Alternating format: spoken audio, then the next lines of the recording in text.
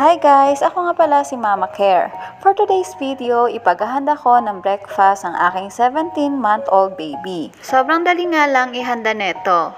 Gamit ang kanyang baby bowl, lalagyan ko lang itong Quaker oatmeal, powdered milk, at syempre hot water, at itong strawberry na binili namin sa market kahapon. Make sure na malamig na ito bago iserve kay baby.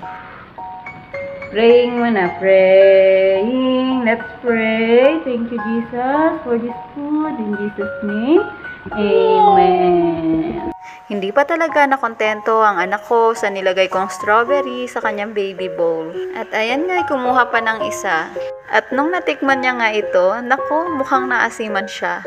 Yung pambiyahing strawberry nga pala kasi yung nabili namin. Kaya siguro mga 2 days pa bago pa ito totally mahinog. But anyway, tingnan na lang natin kung maubos ba talaga ni Via itong breakfast na hinanda ko sa kanya.